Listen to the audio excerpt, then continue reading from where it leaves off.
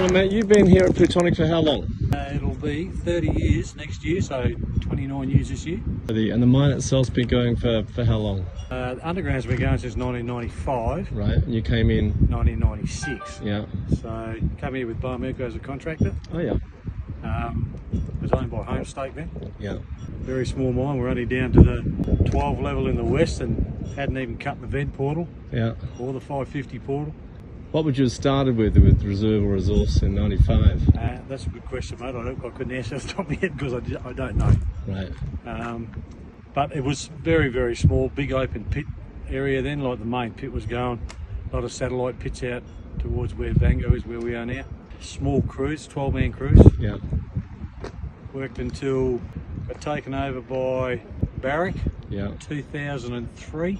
And there's a story about Jimmy Barnes performing here. Performing on the tennis court. In the good old days. In the good old days. It was fantastic. And look, like back when this place was in full flurry, like there was over 800 people in the camp, massive camp, produced 30,000 ounces a month. Wow. Very busy. Road trains running in. Yeah, that was the Timor zone, yeah? They had Timor zone. We were doing 120,000 tonnes of ore a month. Shallow, it was easy. But the best for the thing with Barrick, it didn't matter where they turned in this mine, they hit gold. Right. Basically. And so where are we today in 2025 versus this 30 odd years of history? Will this mine still be going in 30 years, do you think? Yeah. I think we're on that. We're at the turning point now. We're about to hit the heydays of the mid 2000s, like this place was. And why is that? What's different or the same? We've invested a lot of money, or James has put a lot of catalysts and put a lot of money into exploration there. We've obviously got Pluto East going. K2 will start in the next couple of weeks. Trident by the end of the year. Yeah. We've got underground to go to with salmon.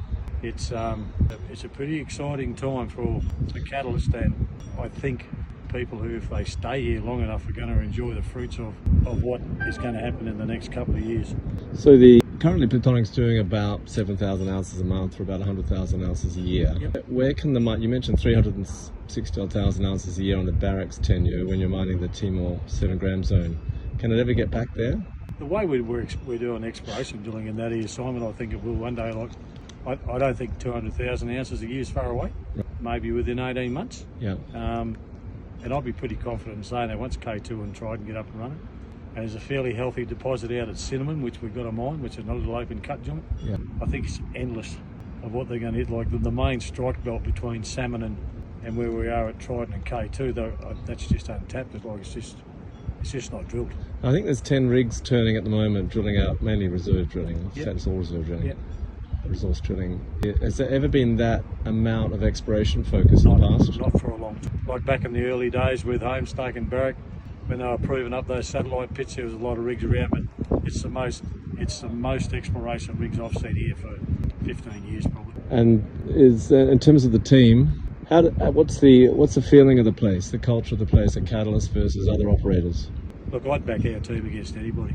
Like we've taken this place from 2 years ago when it was battling to do 4,500 ounces a month to 7,000 ounces a month consistently. Yeah. And we've got some good leaders. Like we've got James and Dave. Like I said to you before, our GM's a very good leader. Yeah. And they've built a good team around us. You know what I mean? Yeah.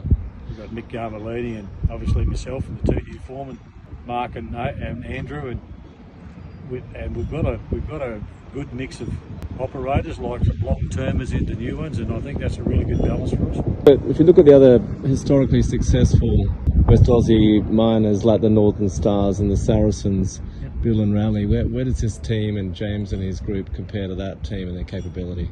We intend to knock them off their perch, mate. And that's and I don't say that tongue in cheek because it would be nice to cut a few of them down, but yeah. And I think we've got the capability to do it. Yeah, both the ore body and the team. Yeah. Yep, absolutely. It's exciting times for like I'm getting towards the end of my mining career, as everyone knows. But there's a lot of blokes here just starting. I think there is some pretty exciting times in the next few years. And you've got your boy here on the jumbo on the ground. He's going to stick around. Yep, he'll stick around for a while.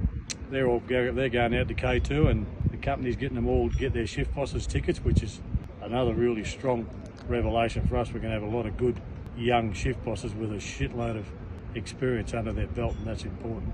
Yeah. So that's going to work in our favour. And like the older blokes and the experienced blokes, if they hang around, Yeah. everybody seems to hang around. If we had a mass exodus of our frontline operators, it'd probably be a bit different. And we just spoke to a little, what's his name, John Boy Underground. He was one of the rock star jumbo drillers. And you said you found him. Where did you find him? And why did he come So back? John Boy was here originally as a charge-up boy Yeah. on the jumbo. He was Ben, my young bloke's crossmate, and they've been crossing each other for a long, long time. And he left and went to Northern Star for a while. Yeah. Hated it. Why is that? And he, just like what they promised him and what they gave him, and just working conditions, like they flog him to death. And then he went overseas, and I just rang him. I said, John Boy, I said, I wanted a good jumbo operator. Do you want to come back? And it was during COVID, and he ended up coming back, and he's quite settled where he is now, and I don't think he'll go anywhere. Yeah. So there's a lot of boys here that left, and we've taken them back, and they all think it's greener on the other side, Simon, but it's not sometimes.